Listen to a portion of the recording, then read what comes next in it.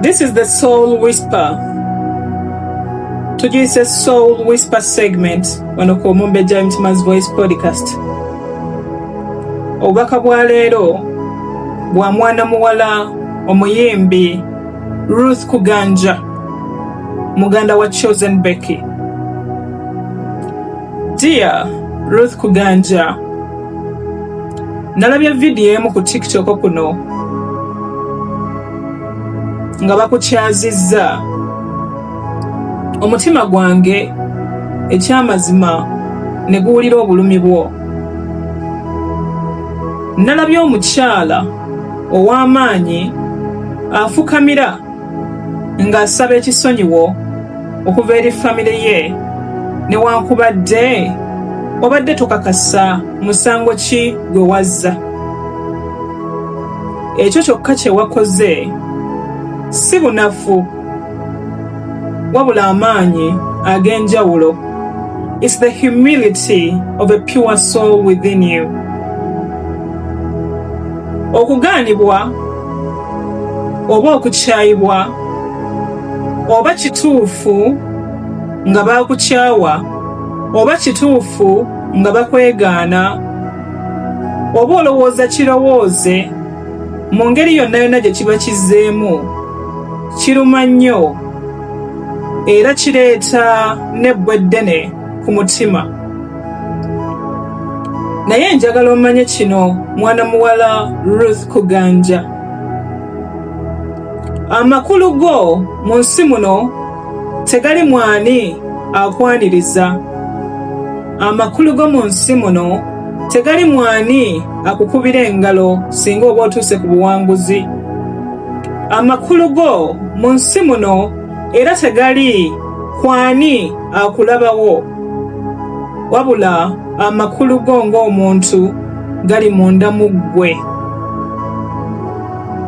Mukama Katonda yagaba era yasalawo nti kino ekirabo nkiwadde Irene, kino ekirabo nkiwadde Ruth, kino ekirabo nkiwadde chosen Becky, kino ekirabo nkiwadde ono oba ono.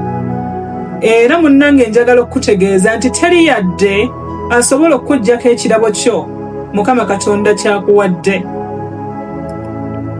Tindi Files mu vidiyo eri gye nalabye bwe yakwanjulidde abalabi be ku YouTube channel ye, yakwanjudde nga omu ku bayimbi be tulina ab'enjawulo era abaakabi Uganda beerina. Naye Tindi Files we yabadde akwanjula nalabye okubuusabuusa mu maaso go. Wabadde obuusabuusa Tindi Files we yabadde akwogerako n'engeri gye yakwanjudde, ekyo nakirabye mu maaso go. Nalabye n'enkola oba kiki kye wakoze. Ekyo kyokka muto wange Ruth Kuganja, okuwona okulina okutandikira, kuba kiraga nti olina ekikutawaanya.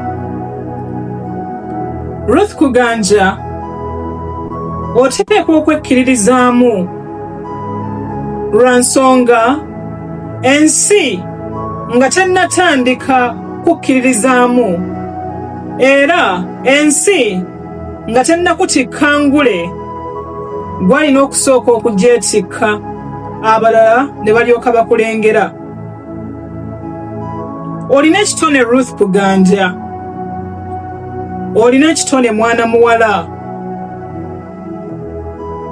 oli mulondemu Ruth, oli wanjawulo nnyo.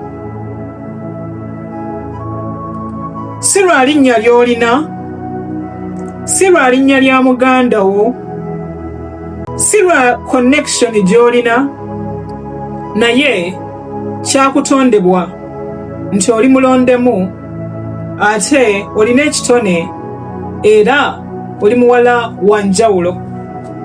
Ruth Kuganja,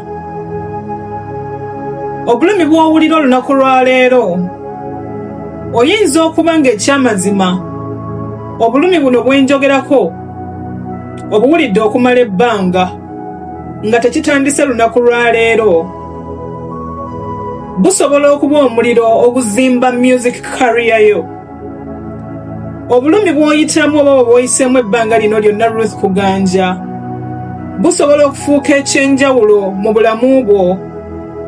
Obulumi buno bw'oyiseemu oba bw'oyitamu essaawa eno Ruth Kuganja ng'owulira nga gwe beegaana, ng'owulira nga gwe bataagala bulungi, obulumi obwo busobola okuba omuliro ogukwongerayo mu maaso n'ofuukira ddala omuyimbi abeera ku mimwa gy'abantu buli kadde, anti nga bakwogerako leero, enkya, luli na luli. Olugendo lwo luwanvu, naye nga bwe nkugambye nti obulumi bw'owulira olwaleero busobola okuba omuliro oguzimba music wo, era bwe bulumi bwe bumu busobola okuzimba olugero lwo n'amakulu go, newankubadde nga bangi eyo bayinza okuba nga babuusabuusa ekikulimu, nga n'abamu oba oli awo amakulu agakujjudde tebagakulabamu.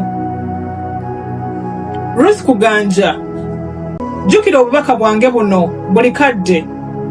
Obubaka bwange buno singa buba bukutuuseeko mu Soul Whisper eno n'Omumbejja w'emitima, mbadde nkusaba ojjukira ekintu kino. N'ebimuli ebikyasinze okulabika obulungi bisisinkana omuyaga, naye ate oluvannyuma ne bivaamu ne bimulisa ne bifaanana bulungi, buli muyise n'abitunuulira ng'abyegomba, n'abaali batabissaamu kitiibwa yadde okubikkiririzaamu emabega ne batandika okugamba nti bannaye kale ekimuli ekyo nkimanyi, nali nkimanyi, nakirabako nga kitandika okumera. N'olwekyo Ruth Kuganja, situka. Ruth Kuganja, yimirira. Sonyiwa abaakulumya bonna, naye togeza n'oddamu ne weebuusabuusa. So omuntu yenna yenna waaba akwanjula mu bantu, n'akwanjula ng'omu ku bayimbi ab'amaanyi oba ab'akabi be tulina mu ggwanga lyaffe wano Uganda, okkirizanga bukkiriza, wamma ggwe ne weekuba mu kifuba n'ogamba Mukama weebale. Kuba si buli omu gw'osanga eyo nti ajja kukubira engalo ng'otuuse ku buwanguzi. Olugero lwo lukyawandiikibwa, toggwamu maanyi.